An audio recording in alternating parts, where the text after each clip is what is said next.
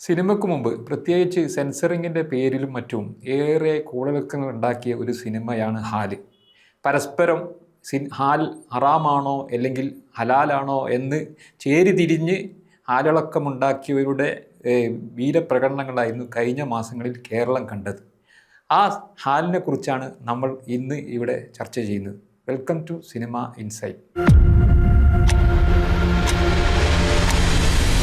പക്ഷേ ആ ആകാംക്ഷയ്ക്ക് വിരാമമിട്ടുകൊണ്ട് ഹാൽ റിലീസ് ചെയ്തു.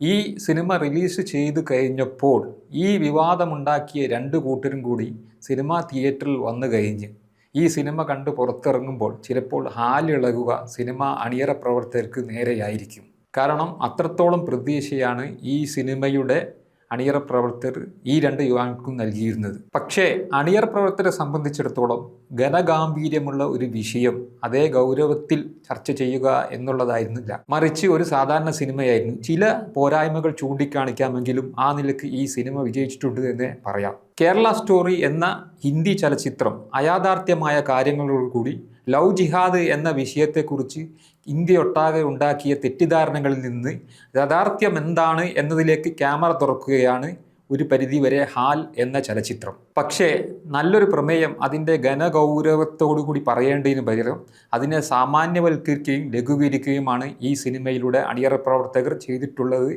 എന്നത് പറയേണ്ടി വരുന്നൊരു ദുഃഖമുണ്ട്. പ്രത്യേകിച്ച് വർഗീയതയോട് ഇന്നും പൂർണ്ണമായി രാജിയാകാത്ത ജനവിഭാഗമാണ് കേരളക്കരയിൽ ഭൂരിപക്ഷം എന്നുള്ളത് കൊണ്ട് തന്നെയാണിത്. ഒരു സാധാരണ പ്രമേയം എന്നതിനപ്പുറം സമകാലികമായ ചില രാഷ്ട്രീയ പ്രശ്നങ്ങളിലേക്ക് കൂടി ഹാൽ വിരൽ ചൂണ്ടുന്നു എന്നുള്ളതാണ് ഈ സിനിമയുടെ മറ്റൊരു പ്രത്യേകത.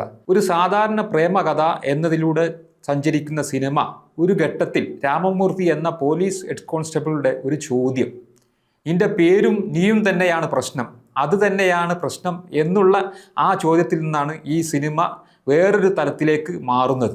ഈ ഒരൊറ്റ സംഭാഷണം കൊണ്ട് തന്നെ കേരള പോലീസ് ഇന്ന് നേരിടുന്ന ഏറ്റവും വലിയ പ്രശ്നം അല്ലെങ്കിൽ കേരള പോലീസിലുള്ള പൊതുസമൂഹം ആരോപിക്കപ്പെടുന്ന ഏറ്റവും വലിയൊരു പ്രശ്നത്തിലേക്ക് വിരൽ ചൂണ്ടുകയാണ്. അതുപോലെ തന്നെ ആസി എന്ന റാപ്പറായ പ്രധാന കഥാപാത്രത്തോട് സ്പെഷ്യൽ ബ്രാഞ്ചിലെ ഉദ്യോഗസ്ഥർ ചോദിക്കുന്നുണ്ട്, ഒരു പെൺകുട്ടിയെ നിനക്ക് IS റിക്രൂട്ട് ചെയ്താൽ എന്നാ കിട്ടുമടാ എന്നുള്ള ഒരു ജനവിഭാഗത്തെ എത്രത്തോളം മുൻവിധിയോട് കൂടിയാണ് കേരള പോലീസിലെ പലരും കാണുന്നു എന്നുള്ള പ്രശ്നമാണ് ഈ ചോദ്യം ഉയർത്തുന്നത്. ലവ് ജിഹാദ് എന്നത് സ്വന്തമായി ബാങ്ക് അക്കൗണ്ടുള്ള നാം വിചാരിക്കുന്നതിനപ്പുറം ഉള്ള ഒരു പ്രൈവറ്റ് ലിമിറ്റഡ് കമ്പനിയാണ് എന്നത് ഇന്നും തിരിച്ചറിയപ്പെടാതെ പോകുകയാണ്. ഈ ഗൂഢമായ രാഷ്ട്രീയ പദ്ധതിയെ അത് മറച്ചു വെച്ചുകൊണ്ട് സംഘി ക്രിസംഘി ഇസ്ലാമിസ്റ്റ് ജിഹാദുകളെ ഒപ്പം ബാലൻസ് ചെയ്തുകൊണ്ട് അവതരിപ്പിക്കുക എന്ന സാമാന്യവൽക്കരണത്തിലേക്കാണ് നിർഭാഗ്യവശാൽ ഈ ചലച്ചിത്രവും എത്തിപ്പെട്ടിട്ടുള്ളത്. എന്നാൽ ഇതിൻ്റെ പരിണിത ഫലം എന്തെന്നാൽ ഇത്തരം വിമർശനങ്ങൾ ലഘൂകരിക്കുന്നതോടുകൂടിയാണ് നമ്മൾ ഇന്ന് കാണുന്ന ദൈവത്തിൻ്റെ നാട്ടിലെ വർഗീയത നമ്മുടെ തൊട്ടടുത്ത അയൽവാസിയെപ്പോലും നമുക്ക് വിശ്വാസമില്ലാത്ത അവസ്ഥയിലേക്ക് കാലങ്ങളായി നാം എത്തിയത് എന്നതാണ് ഈ വലിയൊരു പ്രശ്നം. പാട്ടും സംഗീതവുമൊക്കെ ഒരു സിനിമയ്ക്ക് അനിവാര്യമാണ്. എന്നാൽ പ്രമേയത്തിൻ്റെ ഗൗരവം പലപ്പോഴും ഇല്ലാതാക്കുവാനും ഇത് മതി. പല മുഖ്യധാര തമിഴ് സിനിമയുടെയും പ്രധാന പോരായ്മയുമാണ് ഇത്. ഹാലിനെ സംബന്ധിച്ചിടത്തോളം ചൂണ്ടിക്കാണിക്കാവുന്ന വലിയൊരു പോരായ്മയായി മാറിയിട്ടുള്ളത് അതിലെ പാട്ടും സംഗീതവും എന്ന് തന്നെയാണ്. അതുകൊണ്ട് തന്നെയാണ് ഹാലിൻ്റേത് മാത്രമായി ഒരു പാട്ടും പ്രേക്ഷകൻ തിയേറ്ററിൽ നിന്ന് ഇറങ്ങിപ്പോകുമ്പോൾ ബാക്കി വെക്കുവാൻ സിനിമാ പ്രവർത്തകർക്ക് കഴിയാതെ പോയതെന്നും തോന്നുന്നു. സിനിമയിലെ നായക കഥാപാത്രം അവസാനം തൻ്റെ ഉമ്മയോട് പറയുന്നുണ്ട്, I have to fly very high എന്ന് ഒരു ഘട്ടത്തിൽ പറയുന്നുണ്ട്.